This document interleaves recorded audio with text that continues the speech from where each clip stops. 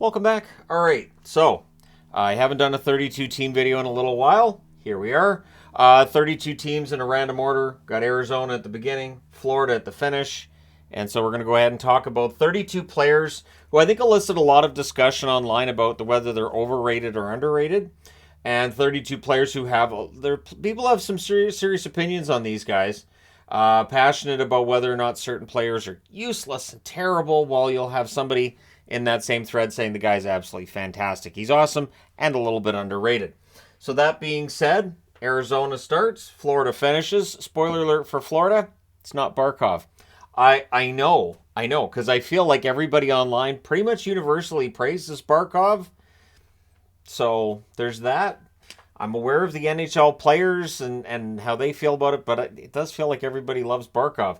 All right, so starting with Arizona. I'm starting with a goalie. Now, I kind of felt like with a goalie, it's a bit of a cop-out. Why? Because we have this debate with goaltenders all the time. But with Vejmelka, it feels like it fits. Vejmelka has really good games against some very good teams. And then he has some pedestrian games against not very good teams as well. So what happens is, in some of these high-profile games, he ends up building himself quite the reputation as a really solid goaltender. And I'm not saying he's not, but his overall stats are right around the middle. I think he's a good goaltender for the Coyotes. But again, does he get overrated at times? Probably. Is he underrated at others? Probably. So my pick for the Coyotes is Vejmelka. Moving on to Buffalo. Buffalo was tough because I kind of felt like I could have picked Dahlin a year ago. I can't now. We all know how good Dahlin is. So I went with Skinner. Skinner, at times, I still see the criticism of his contract. Even with the totals he's put up the last couple of years, there's some criticisms of his game. Skinner is definitely a player that there's a bit of a difference of opinion on. Now, in this case, it is not as strong of a difference of opinion as I see with some others. But yeah, Skinner would be my pick for the Buffalo Sabres. And I considered maybe Tuck, but Luukkonen, but I decided to go with Skinner. For Carolina, Andrei Svechnikov. Andrei Svechnikov is a very exciting player to watch. He can score goals that will absolutely amaze you. He's a better passer, I think, than he gets credit for. But is he overrated? And so if you have that discussion, there are those that will say Svechnikov's overrated. You will also have the debate on whether or not Svechnikov takes too many penalties or the officials have it out for Carolina. And that's a debate that occurs every year. I look forward to that once we really get into the preseason next week. And over the weekend too, right? And seeing those comments from Carolina fans, I know they'll be there. Great, we're going to be fighting the officials again this year. And then you have that conversation about whether or not Svechnikov is legitimately penalized or not. New Jersey. For New Jersey, back to a goaltender, also starting with V. Vitek Vanacek. So word is he enters training camp that he's done a lot of work on the offseason to make his game better. Vanacek, of course, when he arrived in New Jersey, it was after a rough finish to his time in Washington. Vanacek's still a young goaltender. I think he's a solid goaltender. But again, the debate about whether or not he really truly would be a number one for a team that, in New Jersey now is looking and saying the Stanley Cup could be on our doorstep soon. Is Vanacek going to be the guy, or are they going to end up going with Schmid? And at points last year, it definitely looked like Schmid was the better of the two goaltenders. So Vanacek, I think, has a lot to prove. There are those who believe that he's going to be an excellent number one and those who have their doubts. For the New York Rangers, I'm obviously not going to go with Igor, am I? I'm going with Trouba. Jacob Trouba is either an excellent physical defensive defenseman with some offense, or he's a goon and he's useless and he shouldn't be in the league. I've seen both arguments. Trouba, of course, a lot of emotions with how Trouba plays because he's a player who hits pretty darn hard. And there are times where you think, he could have let up there. And he could have. But if he did, he wouldn't be Jacob Trouba. So we can have that debate about whether or not on some of the hits he throws, he should let up, which is not a rule generally. As long as it's not a charge and as long as it's not, primarily contact with the head, the NHL isn't all that concerned with whether or not Trouba should have slowed down before hitting somebody. So I look forward to that first time this year that Trouba throws one of those hits that people see as borderline. And if you're a Trouba fan, you're going to answer with, they're not borderline. Those are just good, clean, hard hits. Players know they're coming, and fans have a hard time with them because they're more rare than they used to be. And they are. Clean, open ice hits are way more rare than they used to be, so they really stand out. And so Trouba ends up becoming a divisive figure. For Washington, I'm gonna be honest. With Washington, it was tough for me to find somebody that we're actually going to have a difference of opinion on necessarily. I went with Kuznetsov. I think with Kuznetsov at this point in his career, there's going to be those who believe that he's going to have a nice comeback year. Those who believe that, if he gets traded out of Washington, his numbers are going to come back. But there's also those who will look and say his contract's expensive. That's a big cap hit. And it's difficult to move that if you're Washington. Of course, with the word being that Kuznetsov is wanted out of Washington for some time. He's still there. There's a difference of opinion on Kuznetsov and how effective he can be in the National Hockey League at this stage in his career. Anaheim, and yes, this is the reason why I decided to do the 32 teams look at this, is Trevor Zegras. Everywhere right now, because Zegras is an RFA. Almost said UFA, but I caught myself. Because Zegras is an RFA, and he wants to get paid. And he wants to get paid based on what he's going to be able to do in this league, and believes that the 65 points he put up last year, at least it looks like he thinks 65 points he put up last year is worth more than $4 million if the rumors are to be believed. And even if they're not, well, it's generated plenty of debate, hasn't it? And so the idea of what is Zegras just a flashy player? Is he not? That's out there. Again, I am a firm believer in Zegras. If I was going to get an Anaheim jersey with a name on the back, I'd probably get Zegras. So you can either view that as me being a supporter of Zegras or part of the problem. Yeah, I'm probably part of the problem. So we get to Vancouver, and another one that gets debated a lot, Quinn Hughes. First off, I've seen people questioning whether or not he should be captain. Keeping in mind that it was Quinn Hughes that brought to light that the Canucks weren't handling Tanner Pearson's injury very well last year.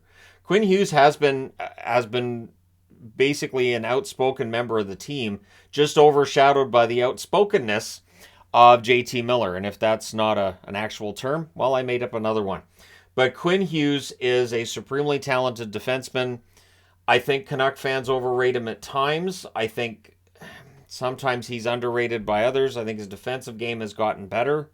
I think the fact that the Canucks have a defenseman you can argue is one of the top 10 in the league is a win in and of itself, because this is a team that's never really grown and developed a absolutely fantastic top-notch defenseman.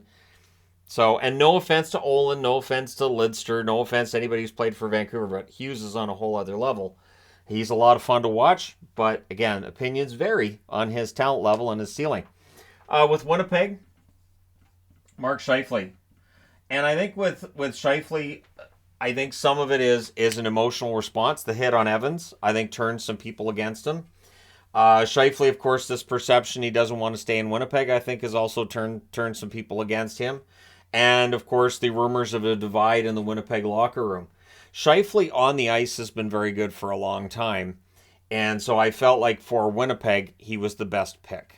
I debated Morrissey, but I thought, you know what, coming out of last year, people will agree Morrissey's an excellent defenseman. I'm going to go with Scheifele because I think there is that difference of opinion on what you're getting with Scheifele, how important he is to Winnipeg going forward, and all that fun stuff. San Jose was not easy. San Jose was not easy because San Jose, as I talked about yesterday, likely to be last overall in the NHL. The Athletic having them ranked as likely the last place team this year as well. But I'm going with Anthony Duclair. Why? Well, he had 2 goals last season. So on the one hand, you have he can't finish. He has no finish. So if Florida's going to jettison him, that makes sense. He doesn't have finish. He's inconsistent. But then there's the talent, the speed, and just his overall vision on the ice. There's something there. So there's definitely a difference of opinion. And if Duclair struggles in San Jose, those who are detractors will point and go see. And if he does well, the detractors are just going to say, it's just San Jose. He's getting a lot of ice time. If he was with a real team, he wouldn't be producing. So for Duclair, we'll see how he does in San Jose. I'm guessing Mike Grier's hoping for a return to the 20-goal form he has shown previously. But there is that difference of opinion in general. For the Ottawa Senators, Jake Sanderson. Yeah. It has to be Sanderson. Based on the contract he signs and just the the difference of opinion between people who say, you know what, he's fantastic. I know when I did the top 30 defensemen in the NHL, when I ranked them, I had those saying, I can't believe you don't have Jake Sanderson in the top 30 and you have Thomas Chabot in the top 30. The idea that Sanderson was already better than Chabot. Now, I don't think Sanderson has surpassed Chabot, but I respect that opinion. And I do think that there's a lot there with Sanderson. At the same time, I understand the detractors. He's only got one season under his belt. How can you give him 8 years at this amount of money? And so we'll see who's right or wrong. Over the next 4 years, I would say we'll have a better idea. And I say that because it is way too early in Sanderson's career to really make that 100% determination of how important he's going to be, how excellent he's going to be. But so far, so good. For the Oilers, and I realized this on my first take of the video. Skinner. Yep. Yeah, drink it in, boys. And any ladies watching as well, I guess. Although the metrics on the channel tell me it's only about 5%. So Stuart Skinner. I mean, and again, I look over at Jeff Skinner and Stuart Skinner, I guess I can put a first initial now, right? Because, and I debated about whether or not to do that here, but then I'd be telegraphing this one. Stuart Skinner is a good goaltender. How good is he? It really depends on who you ask and on how much upside there is there. It's the same reason for Toronto. I could have picked Wall. I didn't. But Stuart Skinner had a good run last year. Now, was Skinner that good, or was it that Campbell was that bad? And there's a question, right? We can ask the same question with LA when it comes to Copley last season. And this season, there's a lot to be said for Skinner trying to take that next step. He has said all the right things, as players tend to do as we get into training camp. And I do wish him the best, and we'll see. But there are those who will debate whether or not Skinner is a goaltender who can get the Oilers over the hump, or whether they need to find another goaltender, right? So there's that. And of course, I could have put Campbell up, but I don't think there's that many people right now that are arguing Campbell's fantastic, as there would have been a couple of years ago. For the New York Islanders, well, it kind of has to be Horvat, doesn't it? Bo Horvat, excellent face-off man, very good player throughout his career. Is he overpaid? Everybody's going to say yes. We are going to see how he does over his first full season with the Islanders. Horvat, a player that I've liked a whole lot, and I still do. And I'm not going to be tribalist on this and say, well, you know, if he didn't want to stay in Vancouver, then to heck with him, and I hate him. I'm not going to do it. There's no way. Horvat, we'll see how he does this year with the Islanders. I do wish him the best. Excellent career in Vancouver, and the goal scoring is that whole debate. I don't think he's going to score at the same rate with the Islanders he did with Vancouver, but I think he'll score at a better rate than he did after the trade to the Islanders. So, but we'll see, right? And that debate's still there. Philadelphia, it has to be Carter Hart. Like some of these, I was just looking at team rosters and saying, well, it has to be that player. Carter Hart's a good goaltender. Cue laughter, right? And there are those who will say Hart's terrible. I am not going to be one of those people. 2 years ago, going into that season, you know, there was a lot to prove. I think Hart's had a good couple of years. Just the numbers don't back that up. Like the traditional hockey numbers don't back that up. I think Hart's still a good goaltender. Maybe he's not a top 10 starter, but can he be top 20? Absolutely, he can be a top 20 starter in the NHL. And then you get into the debate about how good he can be. All that fun stuff. He's very young for a goaltender. He is not as old as one might think when you consider how long he's been in the NHL. I think there's still more there for Hart. Which brings me to Seattle, and it's another goaltender. It feels like a cop-out, doesn't it? And yet, Grubauer. Grubauer had a good run in the playoffs, but his numbers have not been fantastic. And his advanced stats got better this year than they were the year before.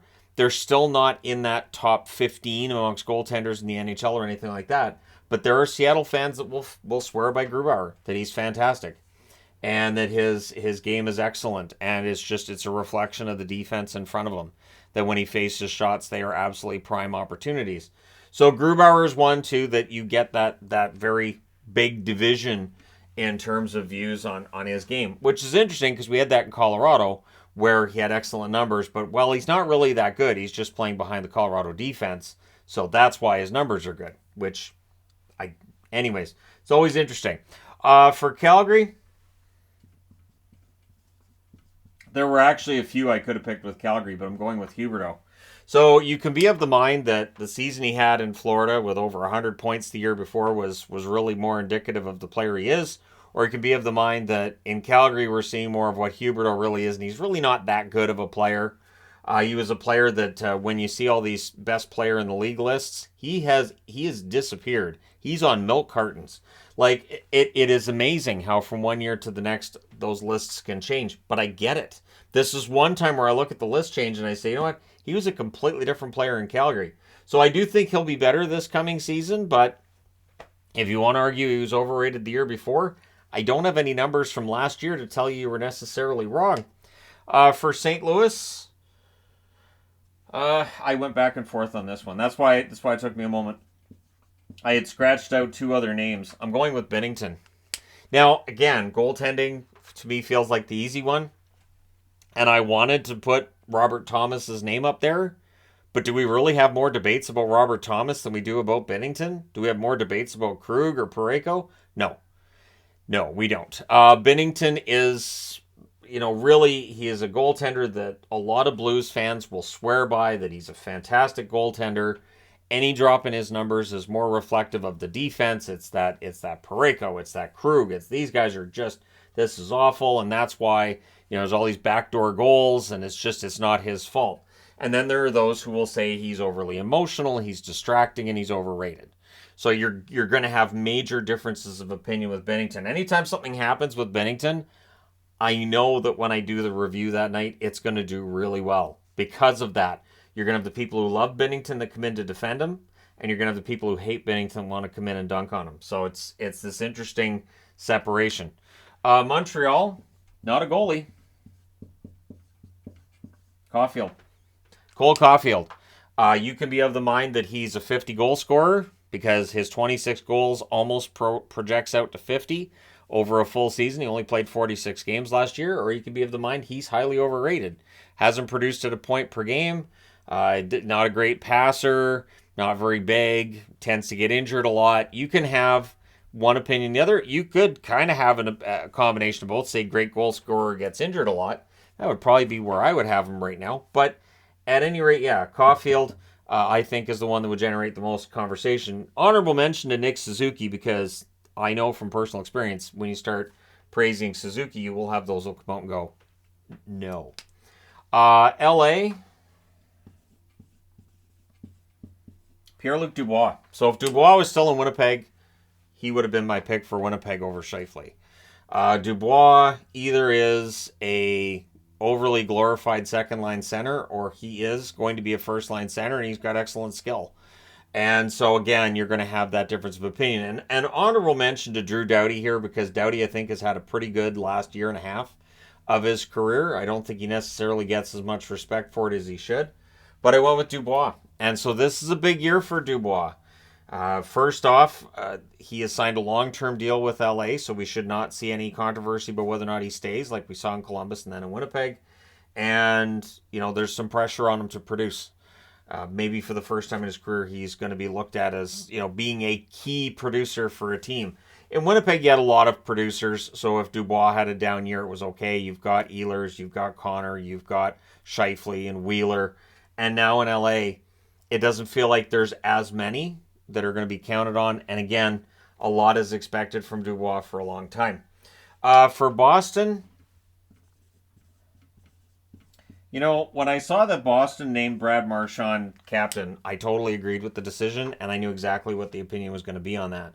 Marchand has taken out a majority of the distracting play. And I say that because I still remember when Marchand was out there licking people, and the people who went and talked to him about it were Bruins. It was Bergeron. It was Chara. It was the leadership group on that team that kind of went to him and was like, what are you doing? And so Marchand has had times where he gets all fired up and he does something kind of dumb. And usually the Bruins would be there telling him to knock it off. He has cleaned up his game over the last year.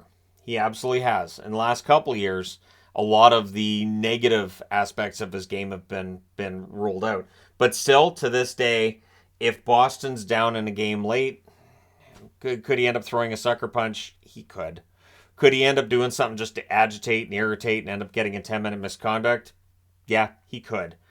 So there's still that part of his game, and if he's not emotionally invested in a game to the point where he's willing to go out there and do something mildly dumb, and I'm not talking about like anything that's going to really seriously injure anybody, but I get the detractors, but I also understand why Boston did it, and so we get into this debate. And I still remember, I think it was 4 years ago, he was having a fantastic season, and I was trying to make an argument for how he could get Hart consideration.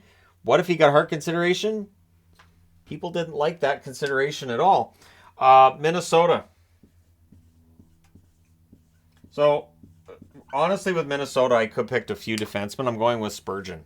And I'm saying this because I do think Spurgeon gets underrated. I do think he gets overlooked. I think he's good at a lot of aspects of the game. And maybe if Minnesota went further in the playoffs, he'd get more thought from hockey fans. But yeah, I'm going with Spurgeon for Minnesota. I think he's the right pick. Looking through their roster, I thought about Brodin because Brodin's an excellent defensive defenseman in his own right, and I don't think he gets as much credit for that outside of Minnesota, but I'm going with Spurgeon on the list here. For Columbus, Laine. Yep. Patrick Laine, there's been opinions about Laine his whole career. And there are still those who will say, hey, look at the points per game, look at his production, look how he works. And he does this without fantastic line mates, and they believe he's an elite scorer. And he just needs to get on the right run and the right kind of luck, and he'll be one of the top 10 goal scorers in the game again. And then there are those who think he's overrated, he's fragile.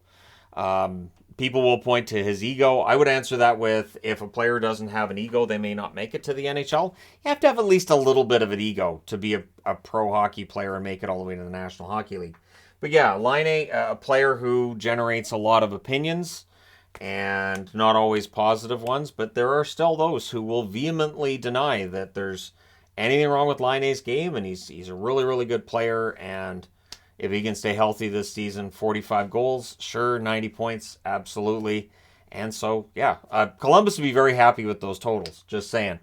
For Vegas, they just won the Stanley Cup. I'm going to say Adin Hill on this one because I've seen Vegas fans, when top goaltenders are named in the NHL, and I saw this with the NHL's own rankings from The Athletic, where they would rank the top 10 goaltenders, and Vegas fans saying, where's Hill?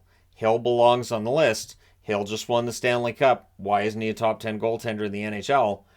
And just speaking from a personal point of view, I don't see Hill as a top 10 goalie in the NHL. We'll see this year if he ends up being a starter. He's never been a starter in the National Hockey League before. But there are Vegas fans very excited about Hill. They think he's fantastic. I think, that's great for him. And I think it's good for Hill. For people who've been fans of this channel for a long time, you would know.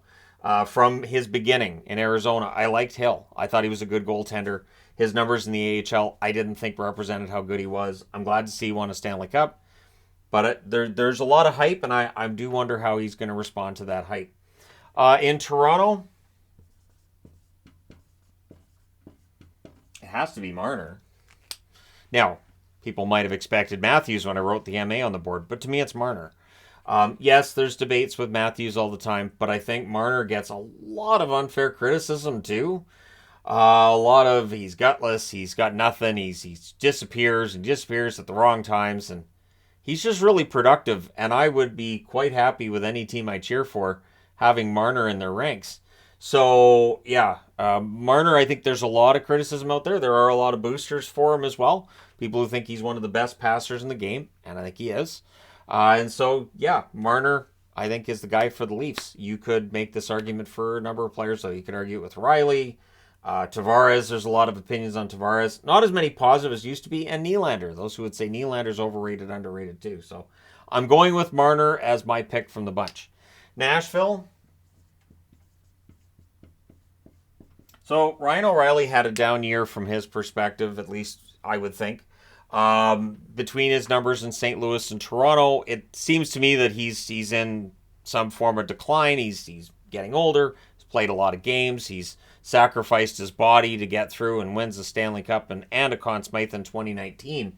But I don't know if he's still a top line guy, and I think in Nashville we're going to find that out this year. And there's some hype for O'Reilly. There's some hype that he's still good. And I know when we were going into free agency, there was a lot of hype too around, hey, where's O'Reilly going to go? How good can O'Reilly be?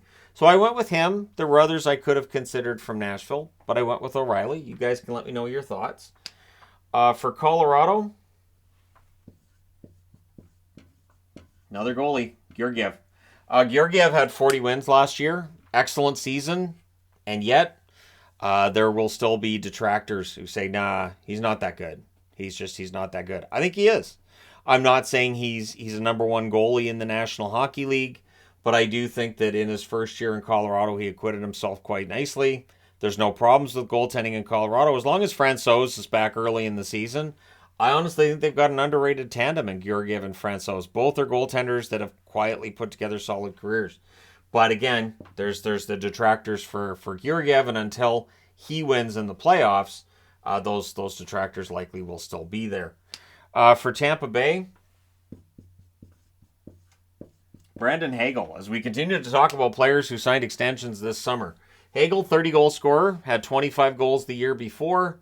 And as soon as he signed that contract extension in Tampa, immediately all of the, wow, is he ever overpaid?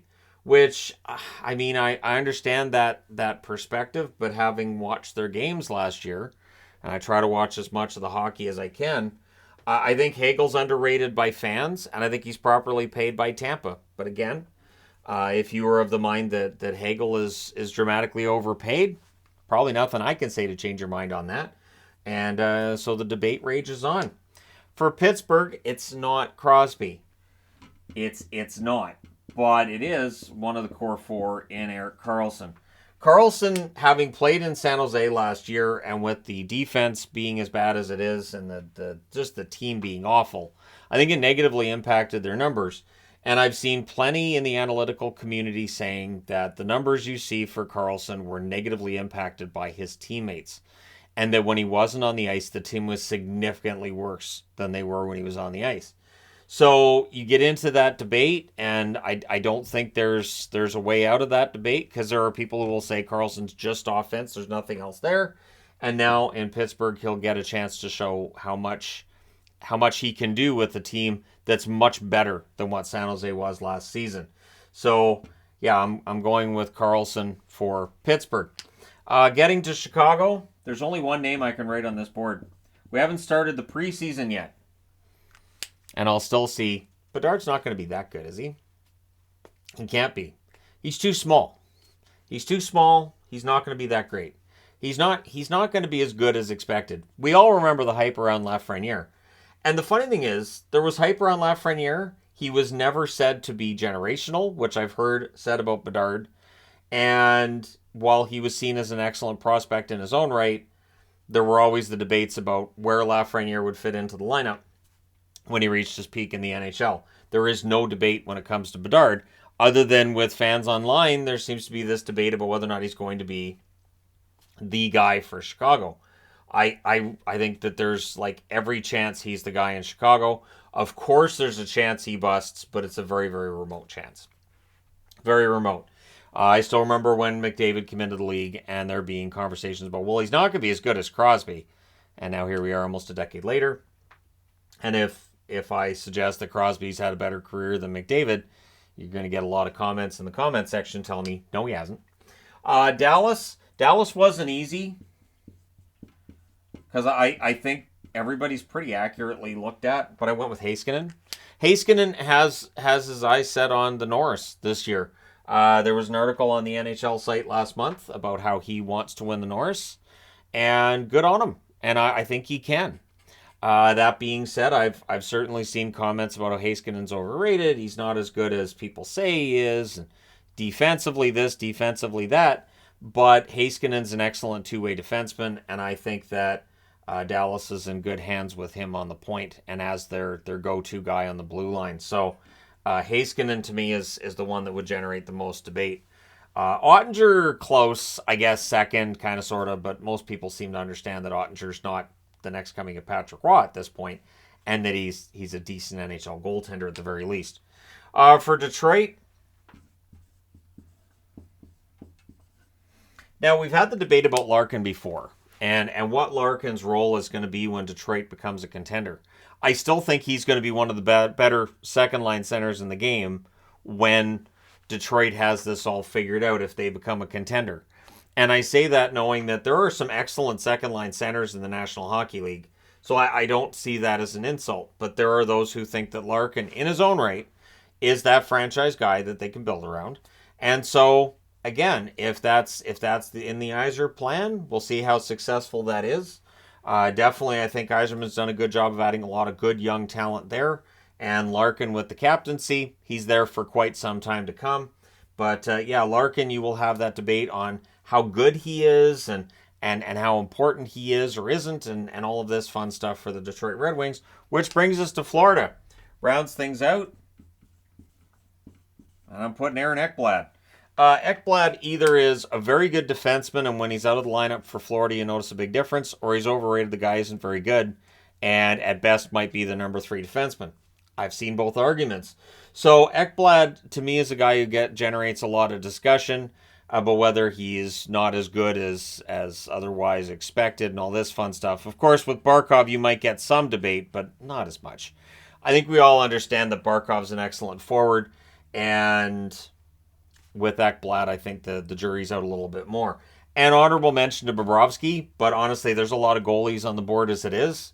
And Bobrovsky would definitely generate some conversation too, but I'm going with Ekblad. Let me know your thoughts in the comments section below, as always. Don't forget to hit like and subscribe if you're browsing your way through. You just happened upon this video. Thank you guys so much for watching, for all your support. I will talk to you again soon.